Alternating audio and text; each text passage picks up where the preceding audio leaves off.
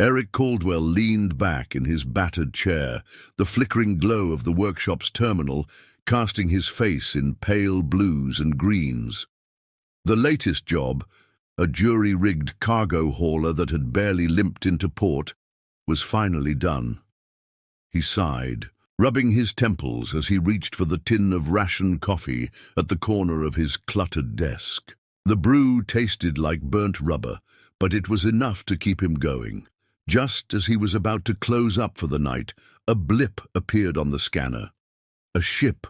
No transponder code, no registration, just a faint outline on the long-range sensors, drifting toward the station on what looked more like inertia than propulsion. Eric squinted at the display. "Another derelict?" he muttered, tapping a few keys. The scanner confirmed no visible engines, no power signatures. From the looks of it, someone had abandoned the thing. "Fine," he said, standing and heading to the docking bay. "Might as well check it out before it smashes into the station." His station was hardly state-of-the-art. It was a patchwork of surplus modular compartments bolted to an old mining base, orbiting a lonely chunk of rock in the asteroid belt. Eric had built it up over the years to handle all manner of decrepit, barely functioning spacecraft.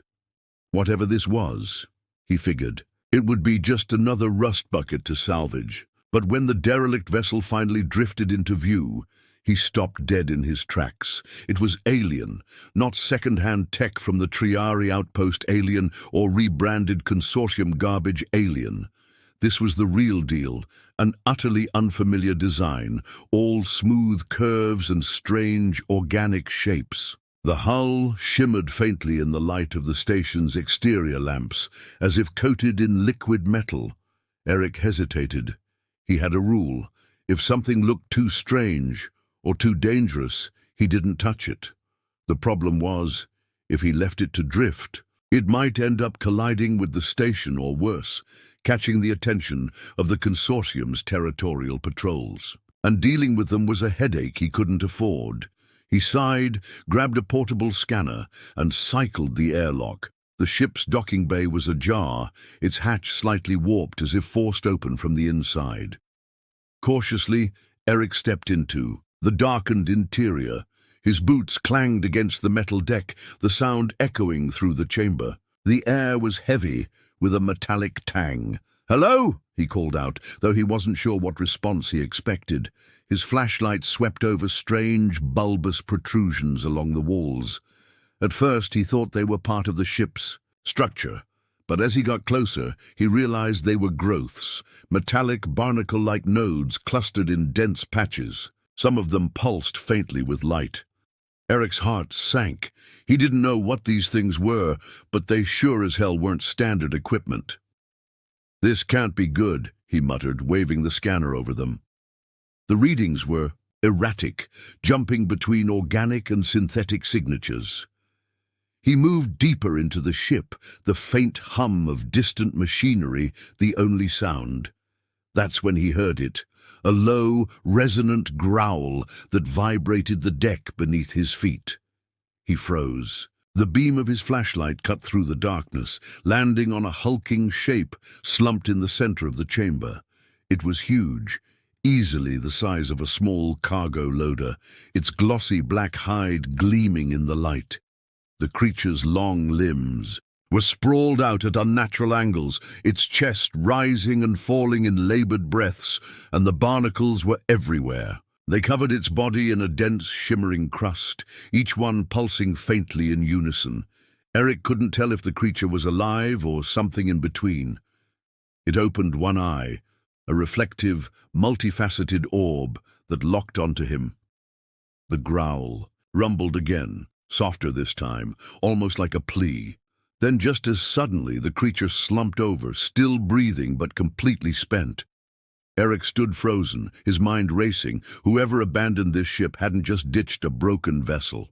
They'd left him with something alive, something dangerous, and the question gnawed at him, why? Eric tried to stay calm, even as every instinct told him to run. Leaving the creature unchecked wasn't an option.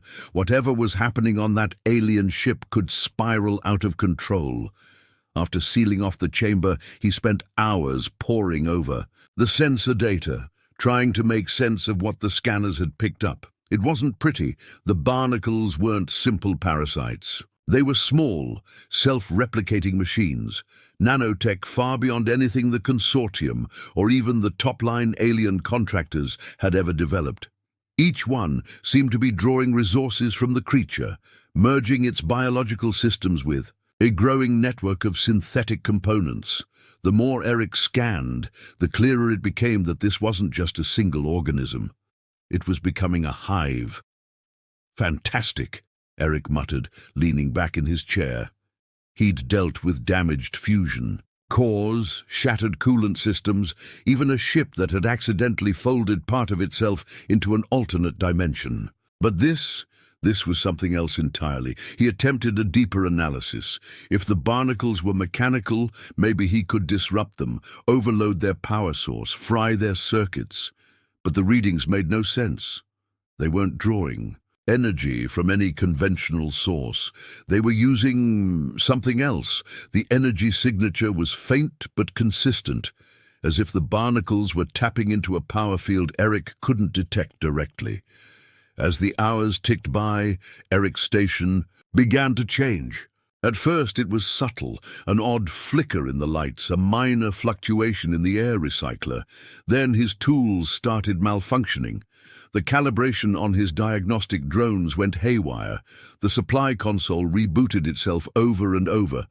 No matter how many times he reset the systems, the problems persisted. That's when he noticed the pulsing light. At first, he thought it was a reflection off the creature's chamber. But the source was closer. He turned to see the faint glow coming from the wall near the airlock. A single barnacle-like growth had attached itself to the bulkhead. Eric approached slowly, pulling out a handheld scanner. The readings matched those from the creature, except this one had spread on its own. It was growing. "Damn it," he muttered, backing away. The barnacles weren't just feeding off the creature. They were spreading, finding new surfaces, new materials. And if they kept going, it wouldn't be long before the whole station was overrun. Eric's mind raced. Could he contain it? Quarantine the chamber? He reinforced the seals, powered up the emergency containment fields, and rerouted the station's limited shielding to isolate the affected module.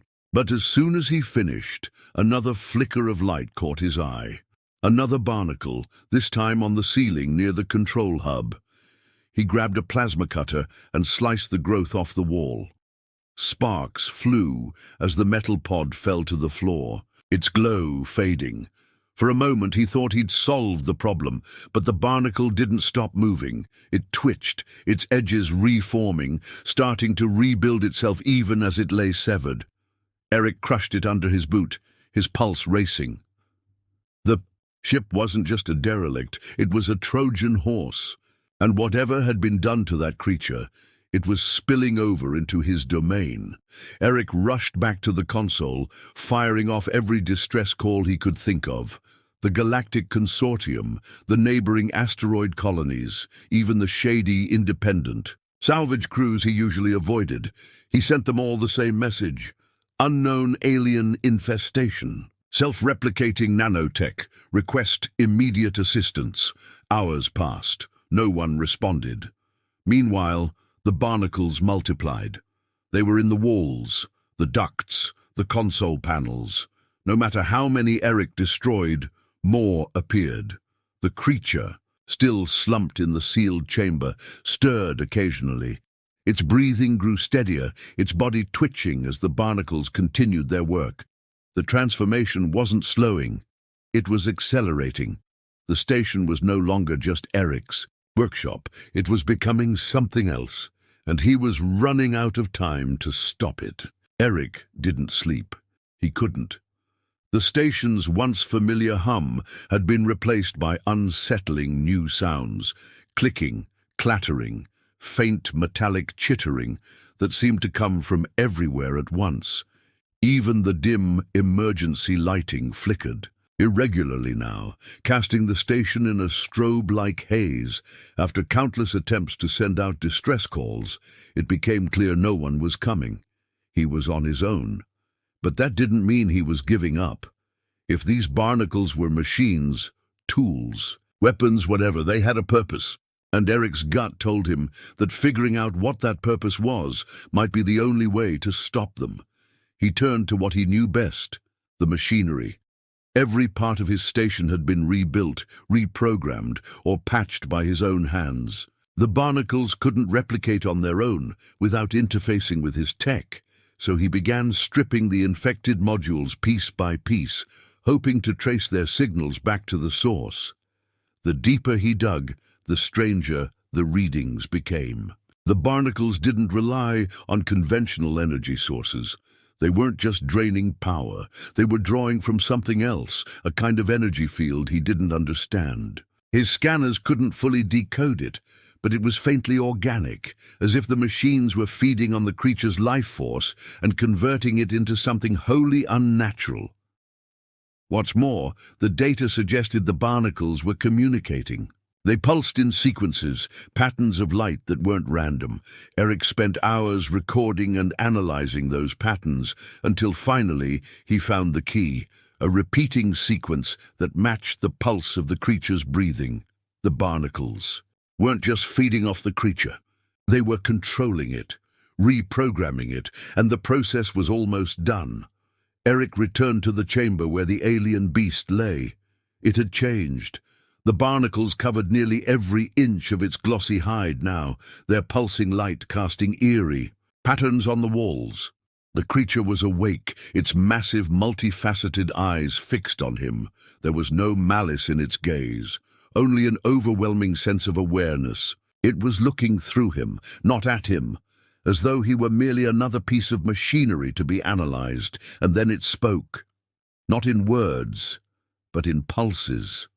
The barnacles flared in precise patterns, their rhythm creating a crude language that resonated in Eric's brain. He didn't understand all of it, but the meaning was clear. Danger, betrayal, transformation. The creature wasn't just a victim, it was a weapon.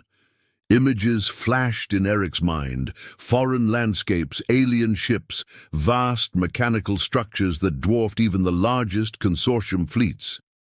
He saw the creature's creators, a race of galactic engineers who had fused biology and machinery to create living tools of war. The barnacles were part of that process, a way to convert organic life into fully integrated weapon systems. But something had gone wrong. The images shifted.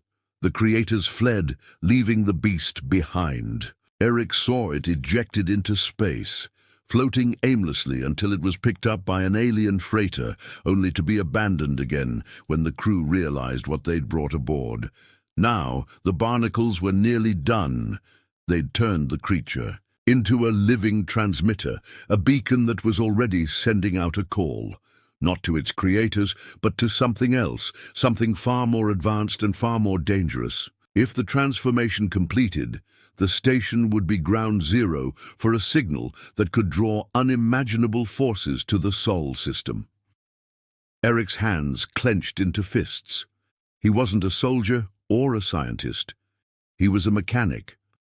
But if he didn't figure out how to stop the barnacles, no one would. He set to work. He mapped out the barnacles' connections, looking for a weak point.